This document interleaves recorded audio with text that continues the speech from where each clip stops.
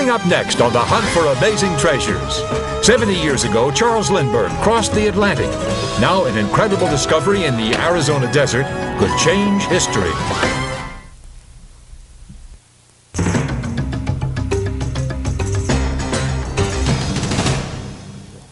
Donald Albert Hall was one of the 20th century's great aeronautical engineers, and most likely you've never heard of him. But I guarantee you've heard of the plane he designed. The Spirit of St. Louis. It was 1926 and a race was on. A huge cash award had been offered by a French-American industrialist for the first non-stop flight over the Atlantic. The competition was drawing the best-known pilots in both the U.S. and Europe. Some had already tried and failed. Charles Lindbergh, an unknown 27-year-old airmail pilot from St. Louis, was convinced he was the man who could do it. Totally consumed by the challenge, he raised over $10,000 for the construction of a plane specially engineered for a transatlantic flight, but was having difficulty finding someone to build it. Eventually, he turned to a small company in San Diego, Ryan Aviation. He needed a company that might match his own level in the world of aviation and that they would really put out for him. And so he sent a telegram off to Ryan. He inquired if they were able to manufacture an airplane that could make such a trip from New York to Paris, and he asked them how much it would cost and how long it would take. Lindbergh had a clear idea of the plane he wanted to fly solo across the Atlantic, and he wanted it built fast. The race was on, and he had no time to lose. But Lindbergh was no engineer. Fortunately, Ryan Aircraft had just hired a young aeronautical wizard as their chief engineer. Upon first meeting, Lindbergh knew instinctively that Don Hall was the man who could translate his concepts into a plane that could fly. And I think a lot of what impressed him about Donald Hall was simplicity again. And there was a great sincerity about the man as well. And there were very few minutes of cordialities. They got right down to business. The greatest stunt of all begins on the misty morning of May 20th, as a young airmail pilot hastens to be the first to fly non-stop from New York to Paris. 3 months later, Charles Lindbergh stepped into history, and his plane followed him there, all the way to the Smithsonian. But history seemed to have forgotten about Don Hall. However, there was someone who wanted to know more about him. Someone who had never met him, but nevertheless felt a strong bond with him. That person was Don Hall's grandson, Nova. I never knew him. I mean, he passed away in '69. I was born in '76. There was no way I could know about him. Nova knew his grandfather had worked with Lindbergh, but not much more of the family history, because his grandfather was from another world, one that Nova's own father, Don Jr., had left behind. As his name might suggest, Nova Hall was raised in the counterculture, helping out with the family's natural herb business while they constantly moved from place to place. So we were preparing for our 14th move, and at that point we were just going through the garage trying to see what we wanted to keep, what we didn't want to keep, because we were about to move into a much smaller place. I moved a few things, and then there it was. I just saw the initials. As soon as I saw it, I started thinking, I want to see what's in there. It was a locked chest, just like I had always wanted to find. This was a really well-made trunk, and from the weathered look on it outside, it had been around and gone through a lot of stuff. Trying to open it initially was just, it was real tough. I didn't know what to do. I think I tried a smaller crowbar initially, didn't work. And after a few tries, it popped open. And once I opened it, the first thing I remember was the smell of old papers. And I knew that smell at that point.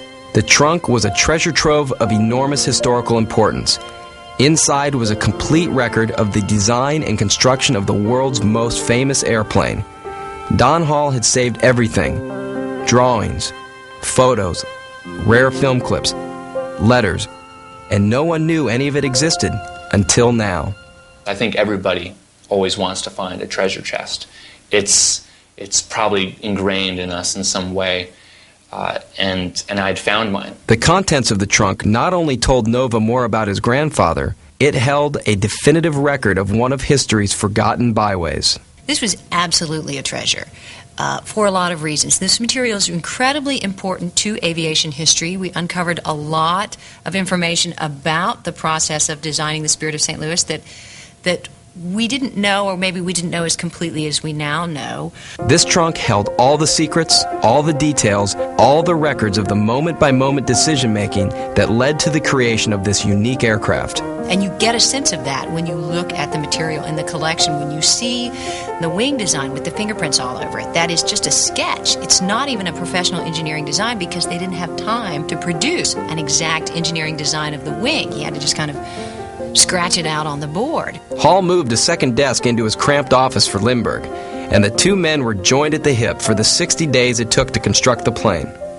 Once they had agreed on the general design of the plane, Donald Hall just stayed up for days. I mean, at one point 36 straight hours, really designing the plane, because they couldn't get on with the actual manufacturing of the plane until Hall had done his work.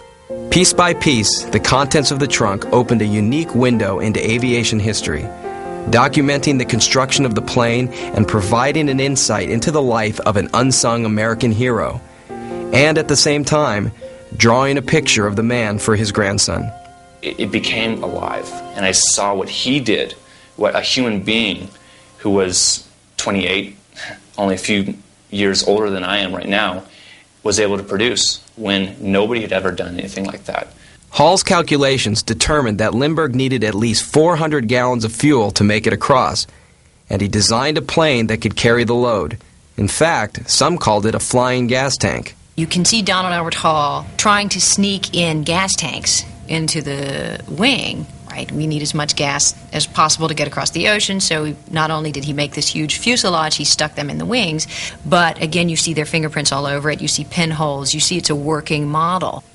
And I think that's one of the other interesting things about the design of the Spirit of St. Louis, that Lindbergh and Hall were really working so much together. It's almost as though Hall were designing a glove to fit over the hand that was Lindbergh. This was a plane literally designed for this pilot and all his experience. The hundreds of photos found in the trunk cleared up some long unanswered questions about the plane's origins. One example involved a problem no one had anticipated. The New York to Paris project had to have a much greater wingspan to support this excessively large gas tank and to help get it off the ground.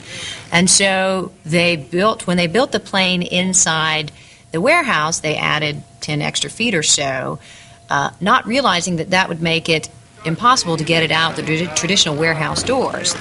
And they could then hoist it out onto a railway car that they could push along some siding right up against the building.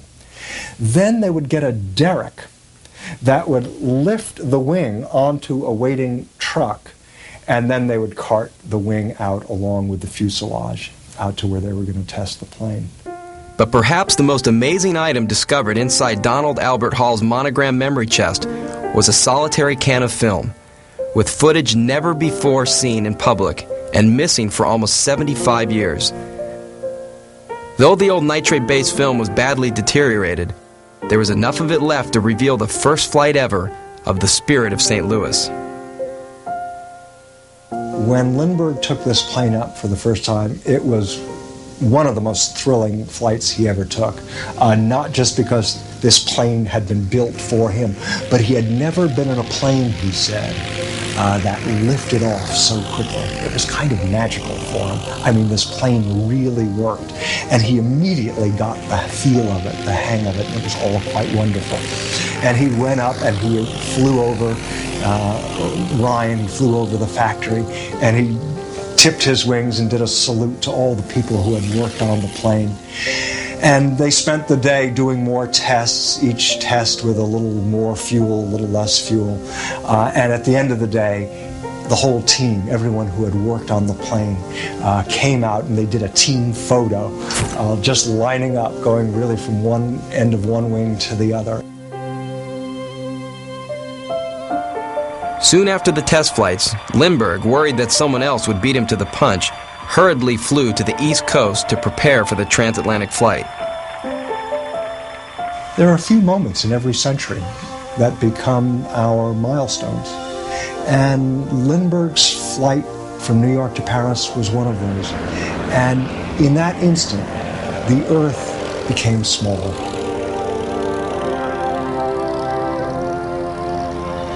And for Charles Lindbergh, of course, everything changed. This rather obscure, shy Midwesterner suddenly became not just the most famous man on Earth, but the most celebrated living person who ever lived.